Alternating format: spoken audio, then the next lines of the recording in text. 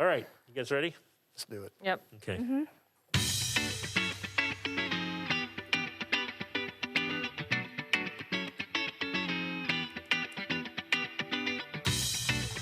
All right, welcome everyone to our first and hopefully of many CTE podcasts of the year. I'm Terry Flowers. Today it is our hope to give our listeners out there some kind of an overview of what's happening in our college, career, and technical education programs across Williamson County schools. With us today in the studio are our illustrious CTE leaders from the district, Dr. Qualls, Jeremy Qualls, our director of CTE. Welcome, Dr. Qualls. Man, I am so happy to be here. This setup, come on, Mr. Flowers, this is unbelievable that you got here and what you do here at Page High School. Well, thank you. It's fun. And April Jackson, our CTE department assistant, the one who keeps all of us stocked with all these lovely gear here with our mics and our cameras and everything that we need to keep up with the industry and what's happening with that. Welcome, April. Hi, thank you for the invite. Yeah, thanks for coming. And our career coordinator and strategic partner liaison. Is that right, Paula? Yes, that's right. You did good. Title, Big mouthful. man. I'm still trying to learn all that. Yeah, that's great. Paula connects us with industry partners and helps point our students toward careers, possible colleges, future skills, all that kind of good stuff. She and April put together our career quest each year. This year, it's going to be virtual, I guess, right? That's right. It is. There you go. Sounds good. You guys ready just to jump into it? Let's jump into it. Let's All go. right. Let's begin with what I like to call the drone shot for TV and film. We get that drone way up overhead, kind of see the big picture of everything. And can you just give us a little bit, Dr. Qualls, give us a little bit of kind of just the overview of what CTE is up to and where we're headed?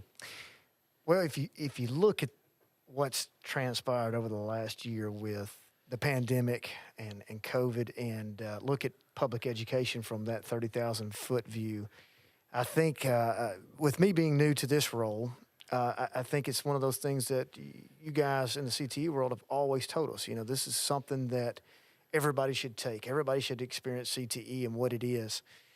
And I think that COVID has shed a light on that more so than ever in public education of being able to look at skills and giving people opportunities. And let's not confuse, because we like to easily get confused about what CTE is. So you really have to define CTE.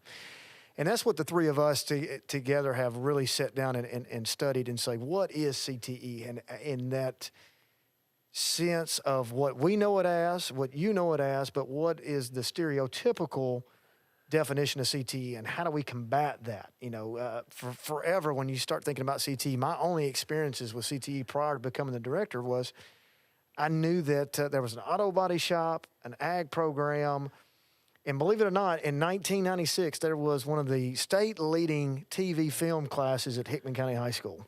There you go. And I can remember going in and typing the fonts in, and it was just unbelievable how it is. But you know, it was almost viewed as those programs that, well, you know, we'll throw some people in. But I would encourage anybody and everybody to experience Williamson County School CTE, come to a class such as this, talk to any student about their experiences in Mr. Flowers's or anybody else's class, and they'll tell you exactly what CTE is, and it's one of those classes that they'll always remember, and potentially gain skills that will help them in their future of their career, whether they go college, whether they go community college, whether they go straight to work, whatever the case may be. We are really getting those kids ready for what's next, and that's a diamond in the rough in public education these days. Yeah, it really is. I want to say this before the ladies jump in too on this. Somebody asked me, and this is dead honest truth, what is the most important or what is the most craziest, biggest wow, whatever you want to fill in, that I've seen in my time in Williamson County Schools? What is the most impressive thing that you've seen? Now, this was asked when I was district athletic director, and without a shadow of a moment, I said, TV film is by far the most impressive thing I've ever seen. Maybe in the public education setting, what you guys do is remarkable. This setup's remarkable. Your skill set, your kids, what they're able to do, it speaks volumes. Thank you. Anything else? Well, I go back to the challenges, and y'all please. I saw that pause there. Just for a second. It's like, I can go on forever. Now, you tell me when to stop. And these ladies are, Yeah. you jump in, because it's not like just because on a podcast y'all stop jumping in at any time, because y'all do that on a normal basis. we've got stuff for them too. So but we're fighting that. We're fighting that process of what is CTE in the definition, and we're trying to reinvent or remarket and rebrand the CTE realm in WCS, that it's not those what happens in the rural sectors. We have so many opportunities at our fingertips that Paula will speak of with partnerships and the innovation and all the possibilities that we have. We've got those resources and those tools, which not everybody's lucky enough to have. So, it's just a rebranding process. That's something that's facing us right now. We're going to rebrand it.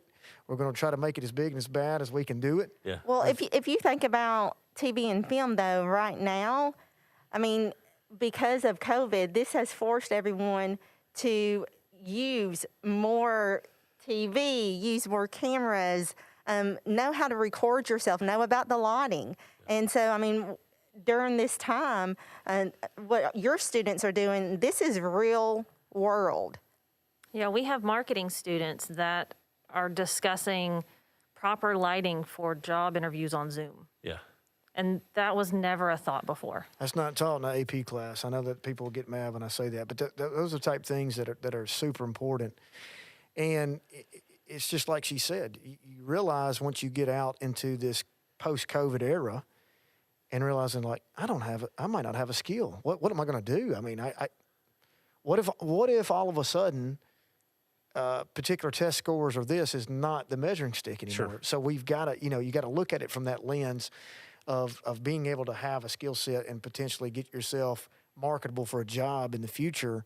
Whether it's the pathway goes traditionally a 14-year school schedule, or it goes an 18-year school schedule if you go all the way to a doctorate or some type of program, or if it's over after 12 years and you go directly into that workforce. And that's what we're trying to really grasp and understand and redefine and rebrand. And it's interesting. The most frustrating thing that we see is kids come and it's like, all right, how many of you kids, when we're at the E.I.C, how many kids are in CTE programs? And you can see that in their eyes. They're like, what is CTE? Yeah. And I'm like, that's how can that happen?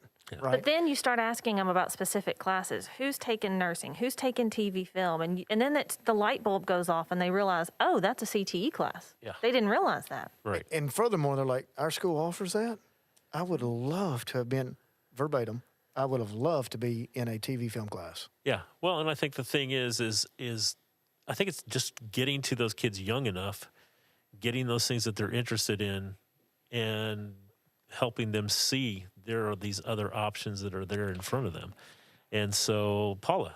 Yeah, I mean, exactly what you said. We need to make sure that we get our students knowledgeable about these different areas when they're young enough.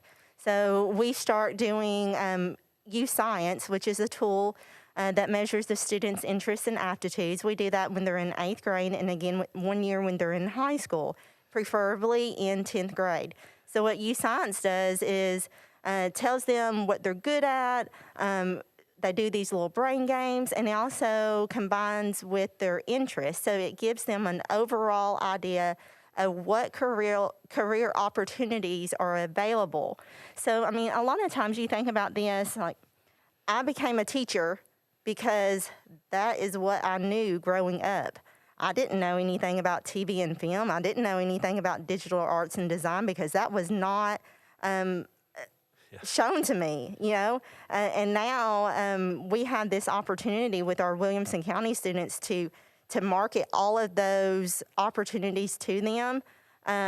So it's just a great thing. And then you talk about taking their youth science data, and when they're in 8th grade, they attend the Career Quest. Now, usually the Career Quest is at the Williamson Ag Pavilion, but this year, because of COVID, we have to think outside the box, and we're going to have a virtual Career Quest. And not only is it going to be offered to our 8th grade students, but it's also going to be offered to our 9th and 10th grade students. That's great. Yes, because it gives them an opportunity. You know, in 8th grade, they're exposed, they get an idea of what they want to be. You know, and when they enter high school, they get more exposed because they're seeing, oh, what's that class? That's TV and film. Oh, what's that class? They're using 3D printers. Oh, look at that class. They're doing culinary arts. So they get exposed, and then they get an idea, okay, now I'm in 10th grade. I want to see what CTE classes I can take. And they start getting more serious about what they want to do after high school. Right. Right. And Go ahead. I'm just going to say, just to kind of piggyback off what she said on this, the career quest. You know, we're starting to have. You mentioned it earlier. We got to educate them at a younger level. So what we've looked at from a 30,000-foot view is, okay, let's get some of the most innovative programming up and running, or support what's already in place. Step 2 of that would be to remarket, rebrand, make sure people know. Step 3 of that is then start working backwards, going into the middle schools. We added a STEM position this year at Legacy Middle. We've added computer foundations, IT courses that feed into cybersecurity, autonomous vehicles in the 8th grade level with inside WCS and partnership with Franklin Special Schools that feed into WCS. So we've got to work backwards. We've got to start educating those kids earlier. And then what I think is the beauty of this is working with a team is Paul and April are going to work with the counselors and educating the counselors, even though they know. But how much do you really know what goes on? Sure. So let's educate them, and then we're going to work with the U-Science now that we can have constructive conversations with these kids that are saying, look, here's what I know. You may have an interest here, but this shows your aptitude. You've got an ability to be in this TV film group. Have you ever thought about that? Well, nobody's ever told me. Well, here it is. It's on paper. So let's have those constructive conversations and put kids in appropriate pathways that they can succeed versus them coming to us later and say, I never knew that was even there, and why would I go into it? Yeah, we don't want them to be a senior and say, I wish that I would have taken that class and then they just didn't know about it. Sure. Well, and I'll say this too. We've all taken U-Science, and it's scary accurate. Like, it's so good. And so it's one of those things where you can, like, we really trust this tool to help us educate these kids on what would be a good fit for them. Sure. I mean, I was lucky. My U-Science data said that I was fit to be a teacher. But, I mean, there were other areas in there that said, hey, here's another option, a real estate agent. And I was like, oh, well, I mean, I actually thought about that, but didn't give it too much thought. If I had that data, that was an extra push. Sure. And I think a lot of our students need that extra push. Yeah, and they're right. I mean, mine was education, administration, and things like that, but I also had one in there that I really wanted to pursue, and that was a film director. How about that? Think about that. There you go. So either, I don't know if those people are like car salesmen or what they are, but it's a very interesting tool, and that's what we're trying to do. We're going to reverse engineer, if possible, to back this thing up so they have more exposure at an early age. They understand the programming that they're going into and the opportunities between whether it's their feeder school or whether it's an opportunity to go out of zone. You know, it's not one of those things that we want to create a competitiveness against the schools, but if it's what's best for the kid, let's advocate on their behalf, and let's put them in a program that they can succeed in. And then I think it's just a win-win for all. So that's the 30,000-foot view. We're trying to do a lot. We got a lot on the plate, and it's a lot. But these two right here, with the career quest, they're knocking it out of the park, and we've got some really cool strategic meetings happening behind the scenes. I'm sure they've happened in the past, but I feel like there's meat on those bones. There's a method behind the madness of these meetings of what we're doing with these particular people, whether it be businesses, whether it be advisory councils, or whether it be with our group of teachers. We got soundboard teachers that we like to call the group that we can say, hey, pick it apart. And then with those counselors. And I think if we get all that together, I think we can do what we need to do. Yeah, that's awesome. Hey, one of the things that you touched on as well, and I'm trying to figure out how to say this without just coming right out and dropping it in. But I really appreciate this county, and with the technology, with the things that push us a little bit to say, hey, if you have a need, if you have a desire to do something, let us know. let's see if we can figure that out. The equipment that you are actually sitting in front of right now came from, I had 2 freshman girls last year that came to me for about 3 weeks straight and said, Mr. Flowers, can we do a podcast? Mr. Flowers, can we do a podcast? We really want to do a podcast. And bugged me. And finally I was like, well, we've got a few microphones that we could do. We could get some adapters and blah, blah, blah. And so I thought, you know what? These students want to do this. This is a whole new venture for us. We're kind of piloting this whole process and sit there and went, okay, let me just see. So I shot off an email to you all. And I think April, maybe 2 days later, it was on order. Mm-hmm. And I appreciate that so much. We've gotten to that point that, they're sitting down every day to use this stuff and to come up with ideas of how we can do another show and do something different. So getting the right equipment, getting things that are maybe just that turn of, this is old school radio is what it is. Yeah. But it's formatted in a whole different way. It's pushed out on the web instead of trying to tune into an antenna. And for my students, this is just another way to push their envelope of creativity. So I really appreciate that. And with that, April, will you give us a little bit of what you do in the aspects of trying to figure out everybody's needs across the district and how you kind of do that? Well, really, with me, it's hearing from the teachers, right? We ask you what you need. We try to budget appropriately. Sure. And then we just go with what we can do. A lot of times there are things that we can't do, but we like these innovative ideas. And so, for me, it's just logistics. It's getting the request. It's having to find the right vendor and the right price, and then making sure that it gets there and that it's the right thing. And then I love coming out and seeing that the students are using this stuff and that podcasts are big right now. So for this equipment, this is the only podcast studio in the county. That's huge. Yeah. And it's because you listened to your students and what they were asking for, and you weren't afraid to ask the question of, hey, can we do this? Can we make this happen? Right. So, from my standpoint, I love that. Good. So tell us a little bit about the rest of what you do alongside of these other 2 that are sitting here. And tell us a little bit about the E.I.C. too, as we get into this. So with me, I am logistics and I am support. I am here to help in whatever anybody needs. And I jokingly say I'm a jack of all trades, master of none, right? Sure. It takes a lot of hands and things to help.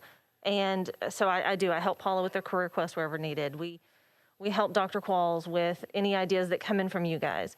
So recently we've moved to the E.I.C. and it's really interesting because my background is not education. So I get to see these students come up with their own business. I get to see the process for them to go through this whole process of making a business, coming from idea to fruition. And it's so amazing because the ideas from these students are amazing. And people forget that high school students are really innovative. They are probably some of the most innovative people we have. Absolutely. So yeah, that's my aspect of it. I'm learning a lot just by being at the E.I.C. and it being such a really open area for these kids to collaborate. They say you're only as good as your team, right? I'm blessed. April came in, she was the first hire. Terry was going out. And of course, you all got all the CTE department mourned the day that Terry walked out because all that information. Fantastic lady. She knew everything. Everything. She knew every federal tag number. She knew where every piece of equipment was. And, you're sitting there thinking, how do you replace that?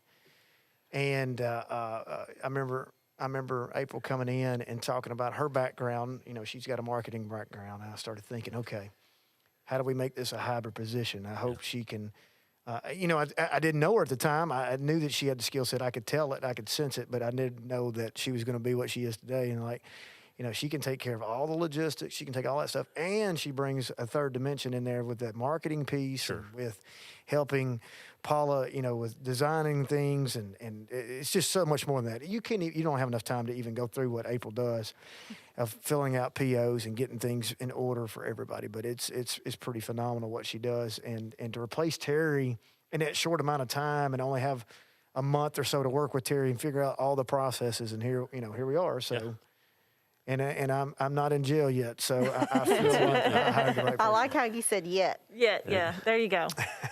Still to be determined. Right. It may be my own fault, but We might bury. Yeah, that's right. That's right.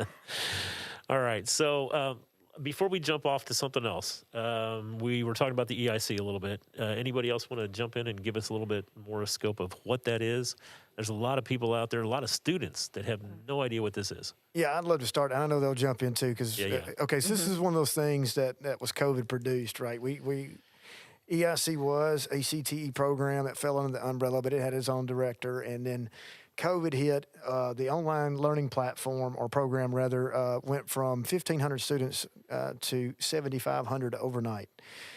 And they needed help. And everybody kind of got shifted in other areas, and you picked up duties that you weren't expecting and things, and they got a phone call and was like, hey, man, we got to have Dr. Miller for OOP. You've got E.I.C. I'm like, does that mean I'm getting fired from CTE, or is that no, you got them both? Congratulations. So congratulations. And that was about the time that our office got flooded by a pipe that truly broke and flooded our place of work. So we were kind of displaced anyway. So then we packed our belongings up and went to the E.I.C., which, by the way, I know that you've seen is an unbelievable space, and I would probably it's a great building. It's the best in the county. There's nothing even remotely like it. I mean, think Google collaborative workspace, open spaces. It's pretty impressive. So anyway, by the way, with like a jumbotron on the wall that you can display all your work, right? Yeah, I saw that when I was in there like a week ago. It's incredible. Cool. So you go in there and we really it was kind of self-contained, self-ran by Dr. Miller. So we supported them, but I couldn't. I really didn't get off in the weeds because that was her role. So then we get into this thing and we jump all three of us jump head first in. And I don't know. I told this group, and I told the teachers too. I've seen some really, really good education practices over the last. I've been in public ed for 20 years, and last week I quite possibly saw some of the best. I don't want to say teaching. It was the best learning experiences for kids, and y'all can jump in at any time that I've seen in my 20 years. Yeah. And it was a collaborative effort between a non-E.I.C. program, a CTU program, which was Brent Green's Autonomous Vehicle Cyber, came into the space. We threw out a crazy idea. Let's bring these folks in, not as students, not as the cyber class. They are now considered the research development team. Cool. And we partnered them up with their teams, and they became IT solutions for these folks. And we had mentors in there with them. 2 kids got offered jobs before the hour was up. And this is no joke. Got offered jobs. So you're asking yourself, what is this place? What is this? So what it is basically a think tank. It is a Shark Tank for students. We have students from all 10 high schools that come there. You can drive. You can ride a bus. Mm-hmm. We provide transportation from every high school. You have to have 2 open periods for it to work for travel time. And when you get there, it is a learning facilitation styled deal. It's not I'm up there reading a PowerPoint to you. You don't have homework. Your deal is you're researching companies and procedures and things that you want to apply to your idea to make your idea become a reality. And that may be a company. That may be a service. It may be a website, an app, whatever. It might be a physical product. Right. And even if it's a physical product, we had the fabrication lab where the students can create their own prototype. Own prototype. So we had some students who had invented a type of iPhone case, and they worked with Dr. Foreman, and put that prototype together. And I mean, that is a great learning experience.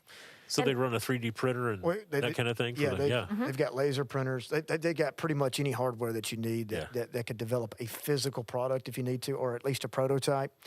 So then they go through this process and understand that probably a 99.9% failure rate on this, but that's okay. It's the process. It's networking. It's leadership and team aspects and getting hooked in with a mentor. And a mentor may say, you know what, I worked with you on that project. The minute you graduate, you're coming to work for me. We may pay you to go to college or pay you to do this program, but you're going to come work for us because of that.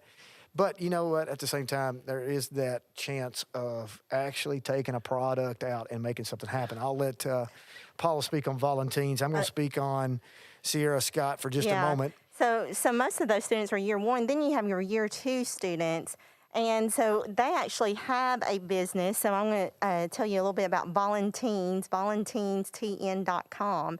We have two students that have created this website for students to go in and sign up for volunteer hours, because they have discovered that sometimes it's difficult to find those volunteer hours that are required. So then on the other side of that is trying to get nonprofits to fill in an application on the website so teens can go in and sign up for these hours. So these two ladies actually pitched their elevator pitch to Williamson, Inc. Williamson, Inc., if you don't know, is the Williamson Chamber and Economic Development team. And they love the idea. They branded, the students branded their own website, did their own marketing, and now they're getting tons of traction.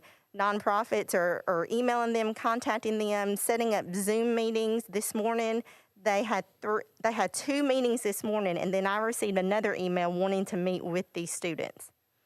And that just happened last week when they pitched the idea, and now they're getting all kinds of traction. So they're just going from concept through the process of meeting with different people in the industry and having research and going through and actually bringing a product to fruition at the end of this. And see, and the thing about that is, right, it's not necessarily a physical product. Sure. It's a site, it's a service, and that's part of that process. What's interesting about this story in itself, and by the way, the main proponent for the main leader of the team on volunteers is a Page High student, which is pretty cool. Of course. And I think you need to get. I think you need to get. They need to do a podcast. You need to get to. Yes. We'll do they're that. Fantastic. But the process is they pivoted twice. Yes, they started out with a trail mix idea that they were going to sell at the farmer's market. That was pre-COVID. Right.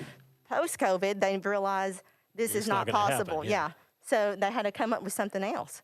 And I mean, how great is that they come up with this idea, and then Dr. Qualls talks about it, and a student's like, man, that is a great idea. You know, you're just like, why didn't I think about that? Yeah. So that's just one story. We're to the point of E.I.C. being in year 2. And once again, it's an application-based deal. You've got a cap on the space. Unfortunately, we're looking to hopefully double up our numbers and have this Incubator 1 group move to Accelerator next year, and then have another full group so we could double up on our population and even have more fun with it, because it is fun. It's an awesome process.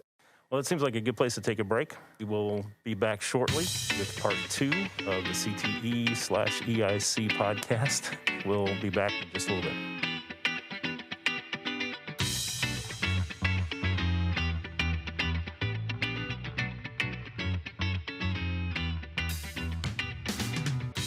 Welcome back to the second part of the CTE podcast. I'm Terry Flowers, along with Jeremy Qualls, Paula Chilton, and April Jackson. Jeremy, before we left, you were telling us about a particular student. Why don't you pick up that story and let's just go from there. We have a young lady that's in Excel 2 named Sierra Scott. Sierra is a Centennial kid, and she's an athlete. She plays soccer, and she's an entire podcast by herself. Yeah. I'm telling you. Yeah. And she might be a series. Yeah. Not just one. And in the minute you talk to her, I'm talking about from the opening. The first time I ever met Sierra, this is a funny story. We're all sitting in there, the 3 of us in the office, and she's just standing at the door looking at us. And I think April goes, "Can I help you?" And she goes, "I'm just wanting to see what y'all are doing." And we're like, how can we help you? Can we help you? Well, no, I had a standing meeting here with Dr. Miller in the past. I was like, okay, come on in, anything. And next thing you know, it's boom, boom, boom. She's sitting on the couch and she's got us all sold. I'm like, what is happening? She has got a skill set like no other. Anyway, so the thing about Sierra is that her personality comes out, right? So the only thing potentially missing, if that's the appropriate word, would be honing that skill set. And she is, I'll let y'all fill in the blank on this. Her scope is way out here, and we're trying to I mean, she's taken she's OLP. She's taken dual enrollment. I mean, she plays guitar. She sings. She sings. I called her up and I was like, "Hey, Sierra, I need you to sing the Star Spangled Banner and record yourself." She's like, "Oh, okay. No questions asked." Yeah, just emailed it to me, and then I was able to submit it. She's got an unbelievable skill set, and she's going to be super successful. And Yes. I don't mean to spend so much time on a kid, but I'm getting to the story. And here's the story. She's got a product. She's very compassionate, empathetic towards her co-students, co-workers, co-teammates, whoever. And she developed a product around mental health, of fighting anxiety, depression, blues, etc. Sure. And it's a pretty cool concept. And I'm not just for her purpose of her business, I won't go any further into it. Yeah. But what happened was that she submitted her project to Startup Weekend, which is by Techstars. And they only took 9 kids nationally, and she was one of them. That's awesome. So they put her on a team. There was 100 college kids taken, 9 high school kids taken. They put them all in a room. They take all their ideas, and they kind of award the best ideas as the team leaders. Sure. Her product was not selected for the team leaders, but she got put on a team, and in the first 30 minutes, in great Sierra fashion, the entire team pivots to her product. hers. Yeah. They placed 5th overall. That's awesome. And it was at Miami of Ohio, Yeah. University of Miami of Ohio. And Used to live about 20 miles from there. really, Yeah. that's cool. There you go. Well, if you have any contacts, she has put in her application. Well, here's the thing. Here's the thing. about that. They're it's like athletics, Terry. They're putting a full court pressure on her. Yeah. They've got the professor that's over the entrepreneurship program up there, sending her LinkedIn stuff, sending this. Hey, make sure this is in. We want you to come. Putting stuff on Twitter. Yeah, they're giving her shout outs on social Calling her media. a future entrepreneur coming through that program, and I'm like, she's like, where's the money? Yeah, You know, yeah. there she is, Yeah, right? that's it. That's her person. But that is an E.I.C. in a nutshell. She took a concept of something that she wanted to work on that was personal to her and help others with that product. We couple them with mentors, and the mentor's job is to help make some of this come a reality, whether it be financially or networking or whatever the case may be. We're going to put those things in front of you. And then they go for an MVP pitch at the end of the year, which is a minimal viable product pitch for like a Shark Tank style in front of people, and people throw money at them, and then it goes from there. That's great. So that's what the E.I.C. If you want to come and you've got any kind of an inkling in, hey, I want to make this, I've been thinking about this, I want to go into my business of my own, or I've got this idea, this is the place to do it. Cool. So let's back up just a little bit from the student's perspective. How old do I need to be? What do I need to have ready to pitch before I even get in, or what's up with how to get into this? So this will be the first time that 3 of us go through the application process. So what we're going to do is, beginning very soon, we're going to look at opening the application process. So because I know that people have to start looking at schedules. Right. So once we get them, the applications come in, we're going to look and see if they're a good fit. You don't have to have anything off the bat as far as a product goes or an idea, because that is the job of Ms. Thomas and Mr. Cummins, who are the teachers there, and Dr. Foreman. They kind of help get you in that silo, right? Sure. But if you've got an idea, it would probably help you to throw that idea when we go through the application process of saying, hey, you don't have any prerequisites. I would highly recommend not missing out on the local CTE experience. Right. I think some of our kids that have done well have gone through some CTE classes or have an idea of what's going on, and I do think it helps. April jumping in at time. April has actually run the numbers on this stuff, that about 50% have been in CTE classes. And are currently taking CTE classes with coming to the E.I.C. at the same time. And that really kind of to speed up the process. Let's just say if I'm in marketing, right? So some of those early units and things that they're facilitating within the space is talking about looking at competitive markets and looking at running personas and doing these things. And some of those kids have already done that, so they can fast track, right? It's a really independent situation on a lot of things. It really moves at light speed, which in our business doesn't happen very often. No kidding. Right. No Now, in terms of age of students, rising 10th, 11th, and 12th grade students can apply to be at the E.I.C. Okay. Yep. That's great. So Dr. Qualls, just for an instance, the lady that's standing behind you, running the camera, Olivia, wave Olivia, she is working on a short film. So for her to be able to come to the E.I.C. and meet with, I'm just throwing this out as an example, just, legit here. If she's already got an idea, got a pathway, is that something that helps if you're... That's a great question. I think the bias will creep in, believe it or not. I mean, everybody has it. And I think when I go through the application process, if I see a concentrator kid come through, which is what you're alluding to, right? Yeah. I'm a pathway kid through TV film. I've had three years. And I'm going to tell you something. Some of our best, most creative kids in that place are coming through this TV film. They really are. I mean, we've talked to them and about some things. But no, technically it does not matter. Right. I think biased on my opinion and our opinion when we're going through the application process, going to be like, look, they're concentrators. They've been with CTE. They want to come in as a senior and try it out. By all means, yes, I think that would help. But it's not a prerequisite. Sure.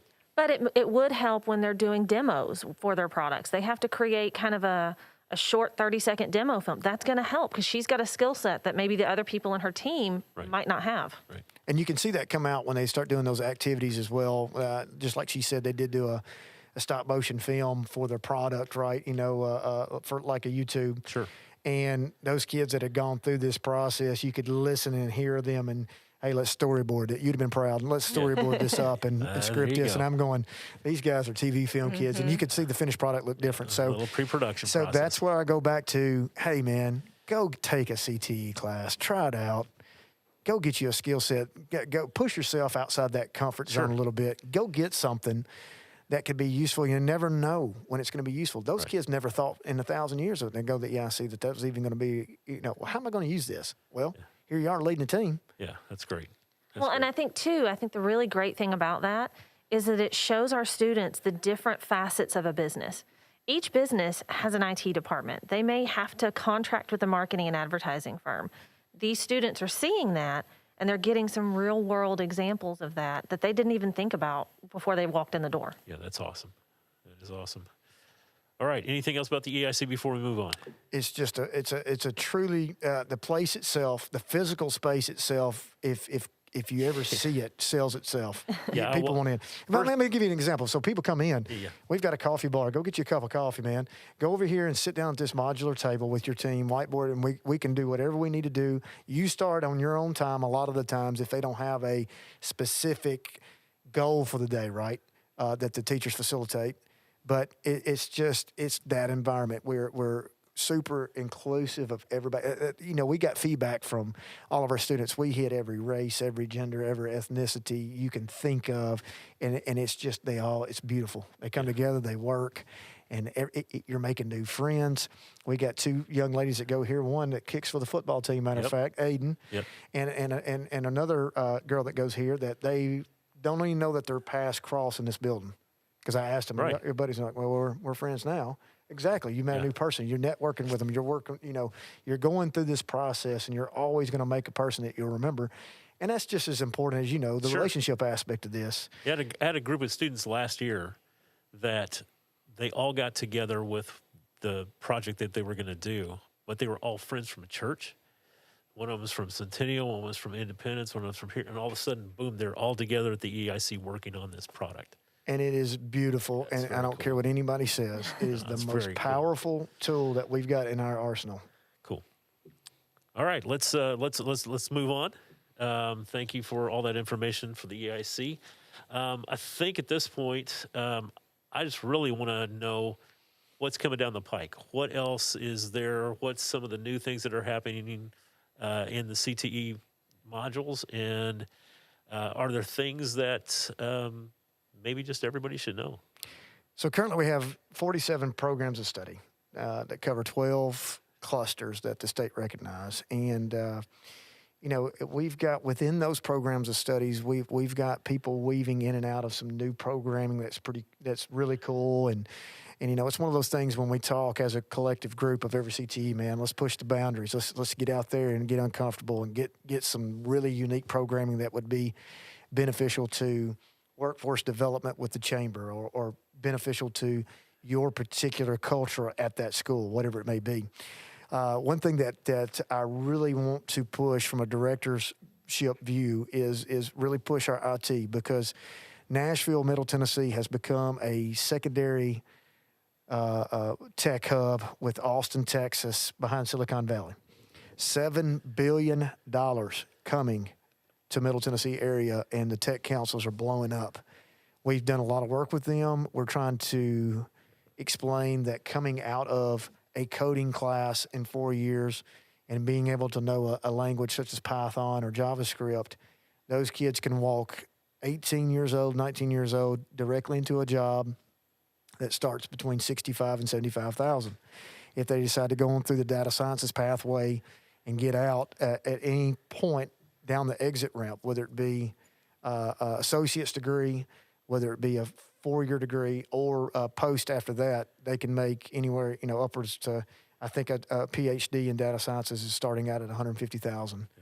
And that's just going to continue to climb. So what we have done is formulated, we're starting with cybersecurity, because cybersecurity, according to labor and market data trend here in Middle Tennessee, that there's a ton of cybersecurity jobs. Do you realize how many connected devices are on the internet right now? Yeah. It's unbelievable.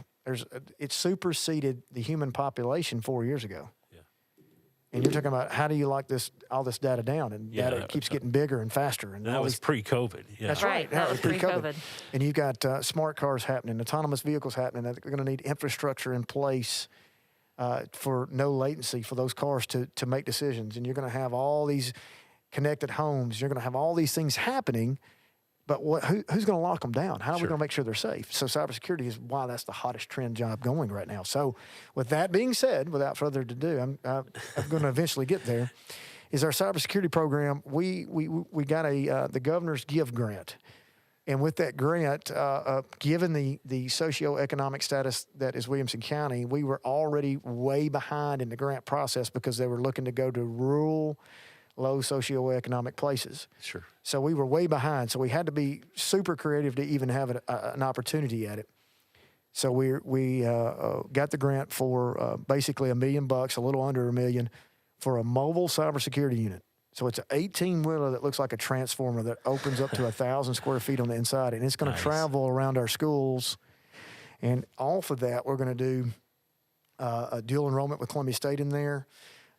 Obviously, since cyber classes themselves, we like to have hackathons. Just think, man, we got a new game day coming. That's it. Hackathons, esports.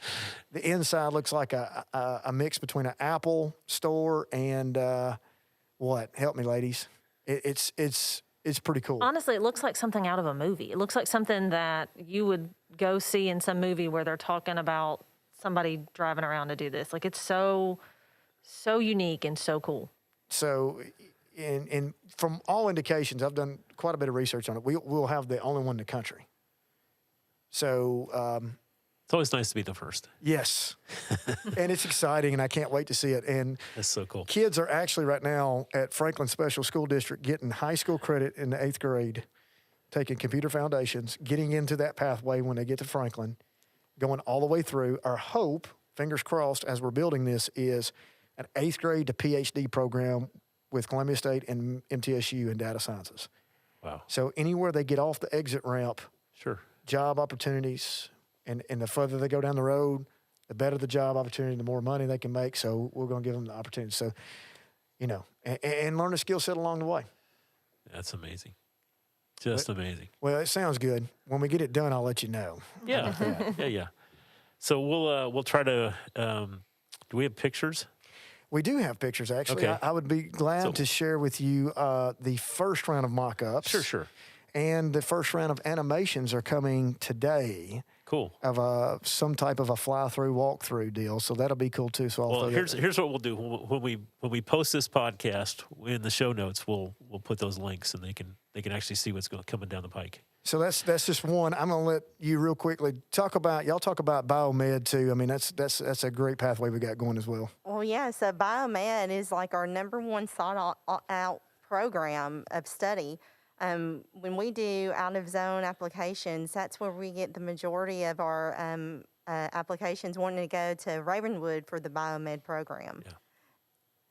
Yeah, that program is a Project Lead the Way program, and they are looking at all the different ways that they can even and to look at biomed, to look at how you can integrate coding within biomed and do cross-curricular activities so that everything that they're doing is working towards showing that biomed area and getting these kids these jobs. I think that, Jeremy, you had talked about biomed at Nashville starting to be a hub of some kind. Yeah, we said the same thing about cyber being that hub. Right now, pharma is looking at relocating from the Northeast because of whatever issues of space and costs and whatnot. And cold. Yes, in Middle Tennessee, between Huntsville, Birmingham area to here, this 65 corridor all the way up to Nashville is looking at becoming another hotbed of pharmaceutical, big pharma biomed companies. Think about Pfizer, think about Regeneron, think about all these hot companies that everybody didn't know before COVID. Now they know. Yeah. That's who they're talking about, coming to this area, setting up shop. And they need biomed technicians. They need biomedical scientists. They need several different people. And it's a really cool space because, like they mentioned, it can splinter off into 1,000 different ways. What about one of the projects they do on this is pretty cool. They look at blood splatter. So there's a forensic piece to it, right? Yeah. So that's just one aspect. But really what the innovation piece is creating prosthetics for people, or looking at the actual pharmaceutical side and the science and chemistry behind it and trying to figure out those things. And you know what? They've got a great, passionate group of teachers out there that are looking to build a unique program. It is unique in itself. And if they can get a little luck with some capital expenditures and build something out there, it's kind of centered around that, it could really, really, really take off. They started with one teacher, now they've got 3. That's awesome. And that's been in the 2 years that we've been here. So it's growing really fast. Well, I'll tell you what, it's been great to have you guys here today. Anything else that you guys want to say or jump into before we sign out? Ladies, Any please. other thoughts? I have talked too much. Thoughts, process? I If don't not, have it's anything. fine. No, January 28th is our career quest. The date has been set. So if you know of anybody or if anyone's listening that's interested in being part of the annual career quest that will be virtual, please reach out to me. Great. Well, there's one thing I want to throw at you before I leave, because I think this is right down your area. Okay. Something that we're looking to add next year, and this is something pretty cool, I think. We're looking at work-based learning and what goes along with work-based learning and collaborative efforts. This whole deal with the E.I.C. We were talking to Mr. White a while ago, Ben White, of course, here. And he was telling me some collaborative efforts he had with some of the English teachers, AP English, and some other people. So I was like, look, man, that's where it's at. So this whole collaborative effort of what we're trying to pull off, whether in a building or with E.I.C. or even cross buildings and grade spans, is where it's at. So we started looking at work-based learning placements, and we're thinking, okay, we've got the means necessary to create something pretty unique. And one thing that we are, fingers crossed, hoping to bring potentially to the table next year is something called Outside the Lines. And we're going to cap it at 10 spots. And what we're doing is jobs centered around athletics that are not inside the lines, but outside the lines. That's great. Whether that be these guys right here filming games, photography, creating content for social media. We've been down that road from day one. Those jobs when we started weren't even thought of, and now they're everywhere. Yeah. And partnering with the Titans and partnering with the Preds for potential internships post-graduation. It's going to be a senior level work-based learning course. And we're going to pick a game of the week, and we're going to let them run logistics on the whole thing, from culinary to setting up game to getting people like you and discussing with you about scripts and things and doing all that stuff, hopefully, from that group and doing it. So that's something that's Yeah, near and dear to my heart. So I knew that you'd like that. Yeah, that's great. That's great. Well, hopefully we can do this again later on in the year. We're going to try to get some of those people from the E.I.C. to come and do some of their thing here, as well as some other students. It's been kind of hard in this season just to get in people's faces with a microphone and do that kind of stuff. But this kind of setting is a little bit different, a little more relaxed, I guess you would say. So This is fantastic. Appreciate you having us. Yes, man. thank you so Thank much. you. Thank you guys for coming. And I guess that's it for now. I'm Terry Flowers with Page High, representing our CTE crew here. We will see you on the other side.